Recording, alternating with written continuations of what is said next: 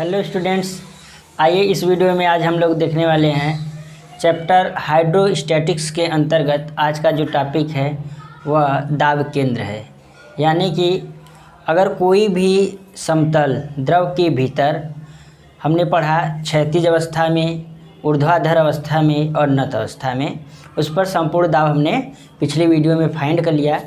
कोई भी समतल हो उस पर कितना दाब हमने फाइंड किया था, रो जी एक्स बार इंटू ए। इतना क्या है, ये टोटल प्रेशर आया था कि संपूर्ण दाब कितना लग रहा था किसी भी सरफेस पर, P बराबर रो जी एक्स बार ए आया था। तो ये टोटल प्रेशर किस जो समतल है वो उस समतल के किस बिंदु पर काम करेगा, हमें उसको फाइंड करना है।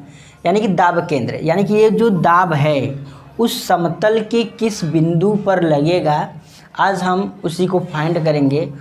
यानी कि दाब केंद्र क्या होता है, दाब केंद्र वह होता है जहाँ पर उस सतह पर लग रहे संपूर्ण दाब का मान होता है, लगता है, वही क्या कहलाता है, दाब केंद्र कहलाता है। तो अब हम समझेंगे कि दाब केंद्र को कैसे फाइंड करेंगे किसी भी सतह का। हम मान ले रहे हैं कि एक सतह है, कैसे रखा गया है, इंक्लाइंड रखा हुआ है, नत रखा गया है, चले कुछ इस प्रकार से रखा गया है। अब इस पर हमें क्या फाइंड करना है कि ये जो इस पर दाब लगेगा, दाब जो आएगा वह किस पॉइंट पर कार्य करेगा, उसी को हमें फाइंड करना है। तो हम जैसा फिगर में देख रहे हैं कि एक यहाँ पर स्वतंत्र तल है, स्वतंत्र तल से जो एक हमने पट्टी माना है, इस पट्टी को हम MN मान ले रहे हैं, ठीक है, MN। इसकी गहराई, ऊर्ध्वाधर गहराई क्या है, X है। ऐसे ही यहाँ पर जो G देख रहे हैं ये क्या है, सेंटर ऑफ ग्रेविटी है, गुरुत्व केंद्र है, जहाँ पर इस सतह का संपूर्ण द्रव्यमान निहित होता है, उसको गुरुत्व केंद्र बोलते हैं। तो वो यहाँ पर है। और ये C क्या है, ये है सेंटर, ये है दाब केंद्र, ठीक है, सेंटर ऑफ प्रेशर है। तो इस प्रकार से हमें यही सेंटर ऑफ प्रेशर फाइंड करना है कि यह ऊर्ध्वाधर स्वतंत्र तल से कितनी गहराई पर स्थित होगा। तो फिगर जैसे जैसे बना है हम वैसे वैसे लिखते चलते हैं कि माना एक समतल जो द्रव के भीतर रखा गया है उसका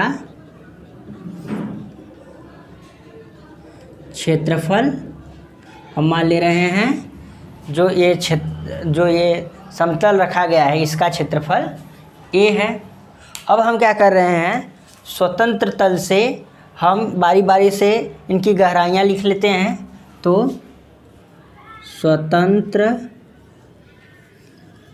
तल से ये जो पट्टी MN है इसकी गहराई क्या है, X है। तो स्वतंत्र तल से MN पट्टी की गहराई हम मान ले रहे हैं कितनी है, X है, ठीक है। अब स्वतंत्र तल से जो ये सेंटर ऑफ ग्रेविटी है इसकी गहराई कितनी है, X बार है। तो स्वतंत्र तल से गुरुत्व केंद्र G की गहराई कितनी हम मान लेते हैं, X बार है, ठीक। अब यहाँ पर सेंटर ऑफ प्रेशर, तो सेंटर ऑफ प्रेशर कितना है, H बार है। तो स्वतंत्र तल से दाब केंद्र C है, C की गहराई क्या है, H बार, ठीक। हमने स्वतंत्र तल से लिख लिया। अब इसी प्रकार से जो यह TT एक्सिस है, यह TT एक्सिस कैसे है, ये जो कागज़ के तल है उसके लंबवत है कुछ इस प्रकार से। यानी कि ये जो TT अक्ष है वह इस प्रकार से, यह TT अक्ष है और ये क्या है, स्वतंत्र तल हॉरिजॉन्टल है, ठीक। तो यहाँ पर अब लिखेंगे टी टी अक्ष के परितः, टी टी लिखेंगे टी टी अक्ष से यह जो एम एन पट्टी है इसकी दूरी लिख ले रहे हैं, से एम एन पट्टी की दूरी क्या है, वाई है। इसी प्रकार से यहाँ गुरुत्व केंद्र लिख दे रहे हैं कि टी टी अक्ष से गुरुत्व केंद्र जी की दूरी कितनी हो जाएगी, यहाँ पर वाई बार है, ठीक है। अब फिर इसी प्रकार से यहाँ पर जो दाब केंद्र है उसकी दूरी कितनी है, टी टी अक्ष से दाब केंद्र सी की दूरी कितनी है, वाई पी, ठीक है। इतना हमने लिख लिया जैसा फिगर में बना हुआ है। अब हम क्या कर रहे हैं, देख रहे हैं कि यहाँ पर एक संपूर्ण दाब हम मान ले रहे हैं P कार्य कर रहा है, ठीक है। इस सतह पर जो संपूर्ण दाब कितना आ रहा है, P है, वह यहाँ पर जो दाब केंद्र है वहाँ पर काम कर रहा है। तो यह दाब केंद्र पर काम कर रहा है, तो यह जो टी टी अक्ष के परितः एक घूर्ण यह उत्पन्न कर रहा है। जो P है दाब केंद्र है वह टी टी अक्ष पर क्या कर रहा है, एक घूर्ण उत्पन्न कर रहा है। तो घूर्ण क्या होता है, बल गुणे बीच की दूरी। तो यहाँ पर हम लिखेंगे दाब P के, या संपूर्ण दाब लिखेंगे, संपूर्ण दाब P के कारण टी टी अक्ष के परितः आघूर्ण, ठीक है। आघूर्ण क्या होता है, बल गुणे बीच की दूरी। तो ये क्या हो जाएगा, ये हो जाएगा बल यानी ये जो दाब है वह गुणे जो दूरी कितनी है, वाई पी। तो इस प्रकार से हम देख रहे हैं संपूर्ण दाब P के कारण टी टी अक्ष के परितः आघूर्ण P equal to Y P. हम इसको समीकरण 1 मान ले रहे हैं, ठीक है। इसको समीकरण 1 मान ले रहे हैं। अब हम क्या कर रहे हैं कि अब एम एन जो पट्टी है, एम एन पट्टी है, इस पर हम संपूर्ण दाब निकाल लेते हैं, ठीक है। एम एन पट्टी पर संपूर्ण दाब, इसका क्षेत्रफल हमने कितना माना है, डी ए। तो संपूर्ण दाब क्या होता है, दाब तीव्रता गुणे क्षेत्रफल, तो रो जी एक्स इंटू डी ए हो जाएगा। हम यहाँ पर x बराबर साइन थीटा, x बराबर क्या रख सकते हैं, यहाँ पर हम रख सकते हैं rho g y sine theta into D A. अब ये वाई साइन थीटा कहाँ से आया, अगर हम इस फिगर को देखें, ये क्या है, x है, तो हमने x ले लिया, और ये वाला y है तो हमने इसको y ले लिया, और यहाँ पर थीटा एंगल है तो हमने थीटा ले लिया। तो क्या हो जाएगा, साइन थीटा बराबर x अपन y हो जाएगा, और x बराबर क्या हो जाएगा, x बराबर हो जाएगा y साइन थीटा। तो यहाँ से हमने y x के जगह पर क्या लिख दिया, y साइन थीटा रख दिया। अब ये क्या आ गया, ये एम एन पट्टी पर संपूर्ण दाब है, ठीक है। अब हम क्या कर रहे हैं, एम एन पट्टी का टी टी अक्ष के परितः आघूर्ण ले रहे हैं, ठीक है। यानी कि टी टी अक्ष के परितः एम एन पट्टी का आघूर्ण, या आघूर्ण मोमेंट ले रहे हैं। तो मोमेंट क्या होता है, बल गुणे बीच की दूरी। यहाँ पर दाब है, तो दाब कितना है, दाब rho g y sine theta d A into यहाँ से कितनी दूरी है टी टी से, हम देख रहे हैं वाई है डिस्टेंस, तो हम वाई ले रहे हैं। तो इस प्रकार से क्या आ जाएगा, rho ji sine theta Y square into D A हो जाएगा, ठीक है। अब हम क्या कर रहे हैं कि ऐसी ही बहुत सी पट्टियाँ होंगी। ये हमने क्या किया, एक बहुत छोटी सी पट्टी है, ये जो पटल है, ये जो समतल है, बहुत सी पट्टियों से मिलकर के बना होगा। तो हम क्या कर रहे हैं, सारी पट्टियों का हम आघूर्ण टी अक्ष के परितः ले रहे हैं। ठीक है, इस प्रकार का समतल बहुत सारी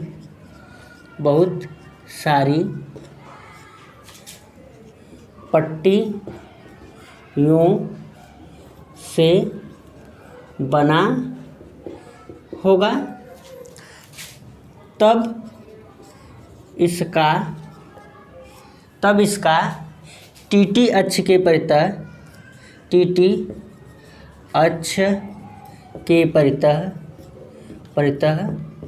आघूर्ण क्या हो जाएगा, हम इसका समाकलन कर देंगे।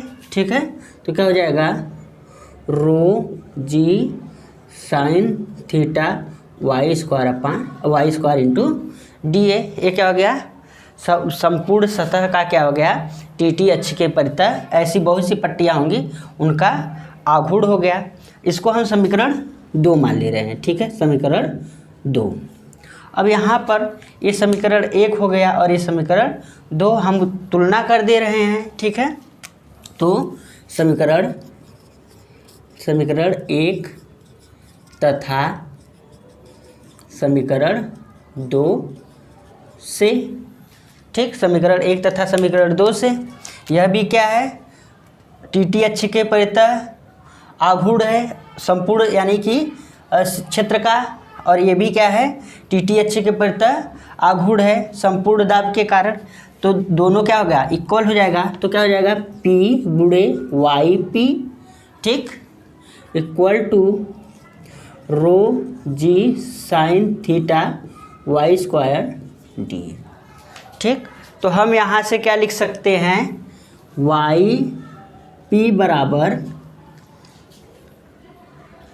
अब रो जी साइन थीटा को हम बाहर ले रहे हैं, रो जी साइन थीटा और वाई स्क्वायर इंटू डी। ठीक, और अपान ये पी क्या हो जाएगा, इसके बटे में चला आएगा पी। ठीक है, अब पी क्या है, टोटल प्रेशर है। पी क्या है, टोटल प्रेशर। हम जानते हैं कि एक पट्टी पर जो दाब आता है वह क्या होता है, रो जी एक्स इंटू डी ए, यही आता है। लेकिन हम एक्स की जगह क्या लिख सकते हैं, rho g y sine theta into D A, हम इसको लिख सकते हैं। यह क्या है, एक पट्टी पर, पिछले वीडियो में हमने पढ़ लिया था कि एक पट्टी पर इतना दाब आता है, तो हम इस संपूर्ण सतह पर कितना बहुत सी पट्टियों से मिलकर बना होगा, तो उनका कितना टोटल प्रेशर आएगा, हम इसका समाकलन कर देते थे, rho g y sine theta into D A.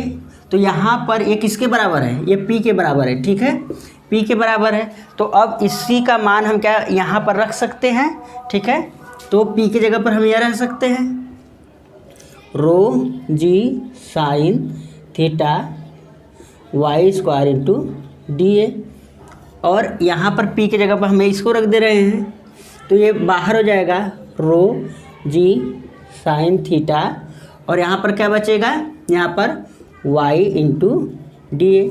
तो यह क्या हो जाएगा, कैंसिल हो जाएगा, और बचेगा क्या, वाई पी बराबर स्क्वायर इंटू डी ए, समाकलन का चिन्ह वाई इंटू डी। ठीक है, इतना समझ में आ गया। अब Y square into D A, यह क्या है, हम देख रहे हैं ये इनके यानी कि गुरुत्व केंद्र, ये वाई क्या है, वाई यहाँ से अगर हम देखें तो वाई है यह, यहाँ से यहाँ तक की दूरी है। ठीक है, और डी ए इसका क्षेत्रफल है, और ये क्या है, वाई यहाँ से यहाँ तक की दूरी है और यह क्षेत्रफल है। तो यह जो है यह एक पट्टी के लिए, लेकिन समाकलन का चिन्ह लग गया तो पूरे का हमें निकालना पड़ेगा। तो Y square into D A बल, ये क्या है, बीच की दूरी का स्क्वायर और क्षेत्रफल, तो ये क्षेत्रफल आघूर्ण है, यानी मोमेंट मोमेंट ऑफ इनर्शिया, यह क्या है, मोमेंट ऑफ इनर्शिया है। वाई अक्ष के टी अक्ष के प्रति क्या है, मोमेंट ऑफ इनर्शिया। तो हम यहाँ पर लिख दे रहे हैं, तो यह क्या है, Y square into D A क्या है, टी अक्ष के परितः मोमेंट ऑफ इनर्शिया, ठीक है, जड़त्व आघूर्ण है। यह क्या है, जड़त्व आघूर्ण है। तो हम इसको क्या लिख सकते हैं, आई टी, ठीक है, टी अक्ष के प्रति क्या है, जड़त्व आघूर्ण है। तो हम यहाँ पर लिख दे रहे हैं आई टी लिख सकते हैं, ठीक है। और ये क्या है, संपूर्ण सतह का निकालेंगे तो क्या हो जाएगा, वाई का क्या हो जाएगा, वाई बार हो जाएगा, और ए का डी ए का क्या हो जाएगा, ए हो जाएगा। तो इस प्रकार से यहाँ पर हमने एक फाइंड कर लिया।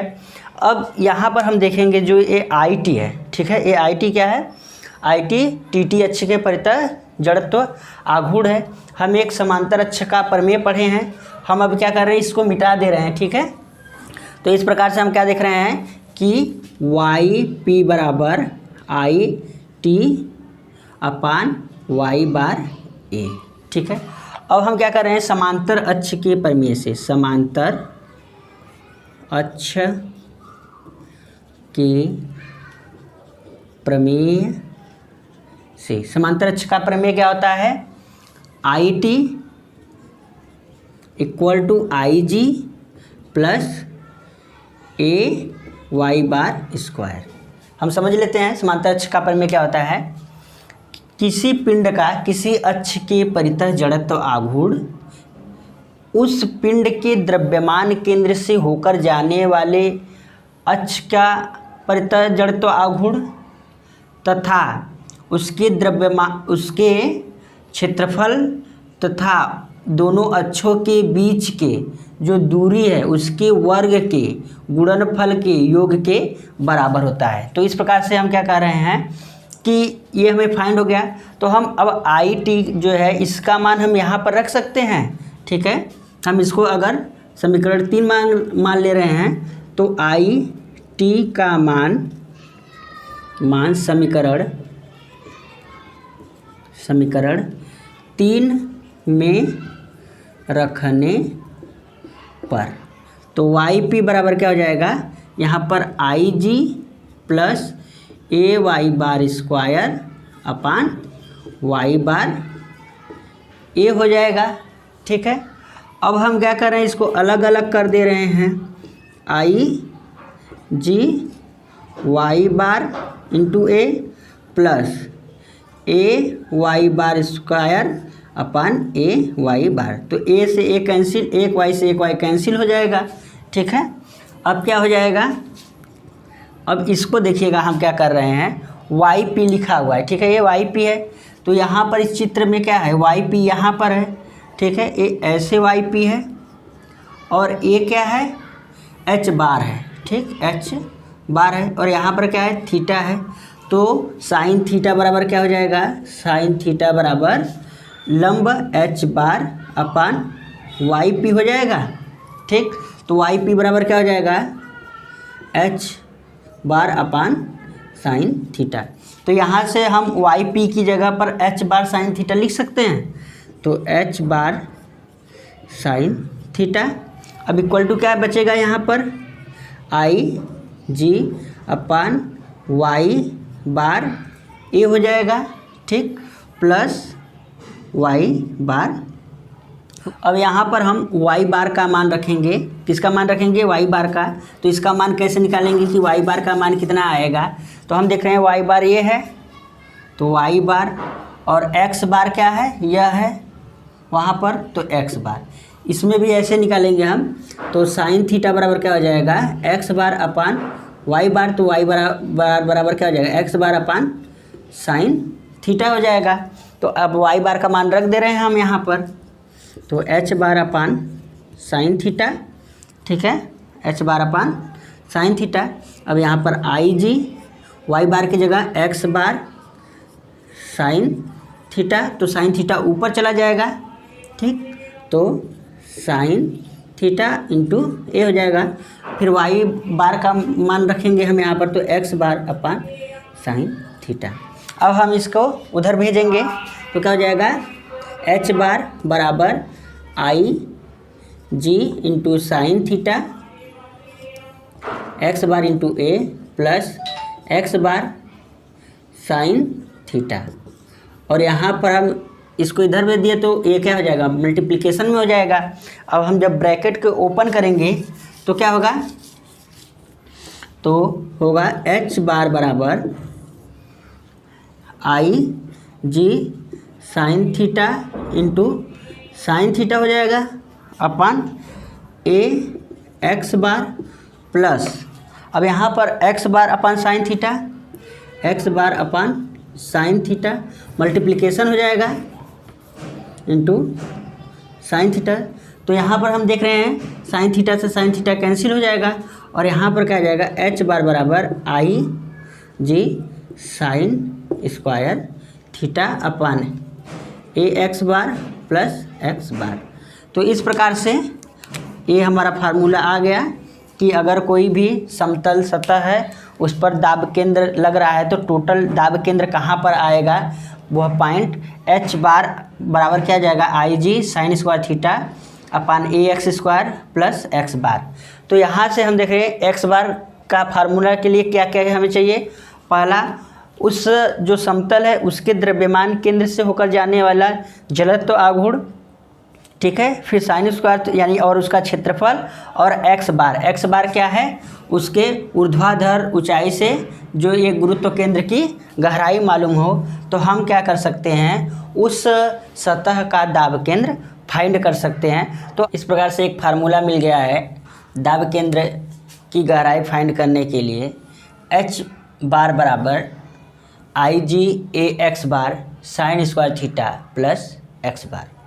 अब हम किसी भी कंडीशन में एच बार का मान फाइंड कर सकते हैं किसी भी एंगल पर। अगर हम यहाँ पर थीटा बराबर क्या मान ले रहे हैं, 0, ठीक है, इस थीटा का मान 0 है। यहाँ पर एच क्या है, यहाँ पर दाब केंद्र की गहराई स्वतंत्र तल से, और एक्स बार क्या है, गुरुत्व केंद्र की गहराई स्वतंत्र तल से, ठीक है। अब हम कंडीशन देखते हैं, पहला क्या है कि थीटा बराबर 0 अंश, तो हम थीटा का मान रख देंगे यहाँ पर, ठीक। तो एच बार बराबर आई जी ए एक्स बार, ठीक है, साइन स्क्वायर थीटा का जगह हम क्या रख देंगे 0 और एक्स बार। तो साइन 0 अंश का मान कितना होता है, तो साइन 0 डिग्री का मान कितना होता है, 0 होता है। तो यहाँ पर क्या हो जाएगा 0, तो एच बार इक्वल टू ये क्या हो जाएगा 0 प्लस एक्स बार हो जाएगा। तो एच बार बराबर एक्स बार। तो हम क्या देख रहे हैं कि अगर थीटा का मतलब क्या हो गया, ये क्षैतिज अवस्था है, कौन सी अवस्था है, क्षैतिज अवस्था, क्षैतिज, ठीक है। थीटा 0 अंश का मान जब थीटा का मान 0 है तो हम देख रहे हैं कि एच बार और एक्स बार एक ही पर आ रहा है। इसका मतलब ये है कि क्षैतिज अवस्था में एक किस प्रकार से है, इस प्रकार से है। थीटा इस समय क्या है, थीटा बराबर क्या है 0 अंश है। तो इस अवस्था में हम देख रहे हैं कि जो एच बार है और एक्स बार है वह एक ही पॉइंट पर मिल रहा है, यानी कि गहराई उनकी क्या है, सेम है। इस स्थिति में एक्स बार बराबर एच बार, ठीक। तो हम कह सकते हैं कि क्षैतिज अवस्था में जो दाब केंद्र और गुरुत्व केंद्र एक ही पर होते हैं। अगर हम अन्य कोण पर किसी लें, ठीक है, किसी अन्य कोण पर ले रहे हैं, अगर हम थीटा बराबर 90 डिग्री ले रहे हैं, ठीक है, तो क्या हो जाएगा, तो साइन 90 अंश का मान कितना होता है, साइन 90 डिग्री का मान कितना होता है, 1 होता है। तो यहाँ पर अगर हम रखेंगे एच बार बराबर I G A X bar sine square theta यानी 1 रखेंगे तो यहाँ पर 1 ही होगा, फिर एक्स बार। तो हम देख रहे हैं कि एक्स बार में जब भी हम ऐड करेंगे तो कुछ ज़्यादा ही वैल्यू आ रहा है। इसका मतलब कि अन्य किसी कंडीशन में, क्षैतिज के अलावा अन्य किसी कंडीशन में जो दाब केंद्र होगा हमेशा गुरुत्व केंद्र से नीचे होगा। तो यहाँ पर ये पॉइंट नोट कीजिएगा। क्या नोट करना है कि क्षैतिज अवस्था के अलावा हमेशा जो दाब केंद्र होगा वह गुरुत्व केंद्र के नीचे ही होगा। इतना हमें ध्यान रखना है। तो समझ में आ गया होगा कि हमेशा क्या करना है, बस क्षैतिज अवस्था में ही दाब केंद्र और जो गुरुत्व केंद्र है एक ही पॉइंट पर होंगे, एक ही गहराई पर होंगे, लेकिन उसके अलावा किसी अन्य अवस्था में जो दाब केंद्र होगा वो हमेशा गुरुत्व केंद्र के नीचे ही होगा। तो लिख सकते हैं कि क्षैतिज अवस्था में दाब केंद्र व गुरुत्व केंद्र एक ही गहराई पर होते हैं, या कह सकते हैं एक ही पॉइंट पर होते हैं। ये पहला हो गया। अब दूसरा क्या है, अन्य किसी अवस्था में, यानी कि अन्य किसी